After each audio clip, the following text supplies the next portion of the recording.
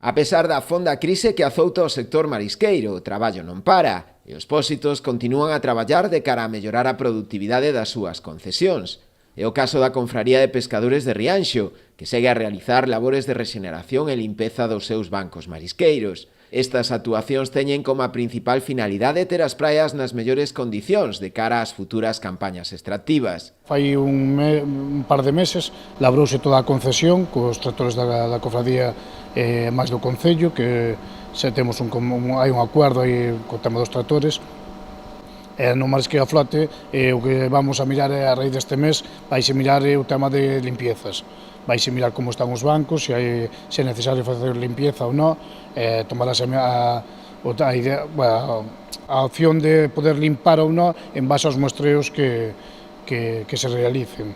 O que si está claro que temos que limpar, senón de cara ao ano que ven vamos a estar igual co mesmo problema.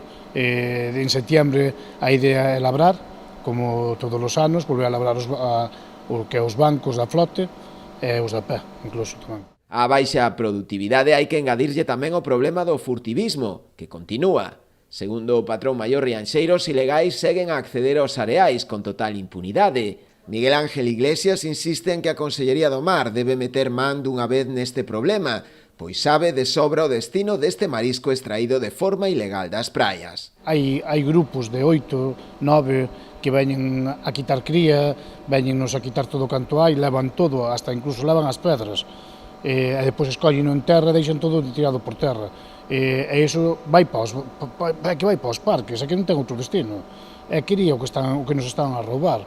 É que ao final, se non se lle mete mano a ese do furtivismo dos parques, é que ao final estamos abocados a que estamos traballando para os parquistas. E iso dunha vez por todas a Xunta ten que empezar a meterlle mano.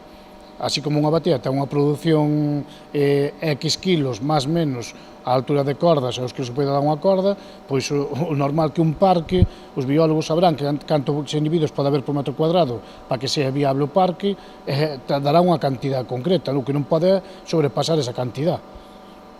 Eso é que é de sentido común, e se temos mortaldad, a maioría das cofradías, como o Carril, como nós, os parques terán que ter unha mortaldad. O que non pode ser é que estean sacando marisco a día de hoxe, cando hai unha mortaldad tan grande en todas as rías. É que nós non entendemos a situación.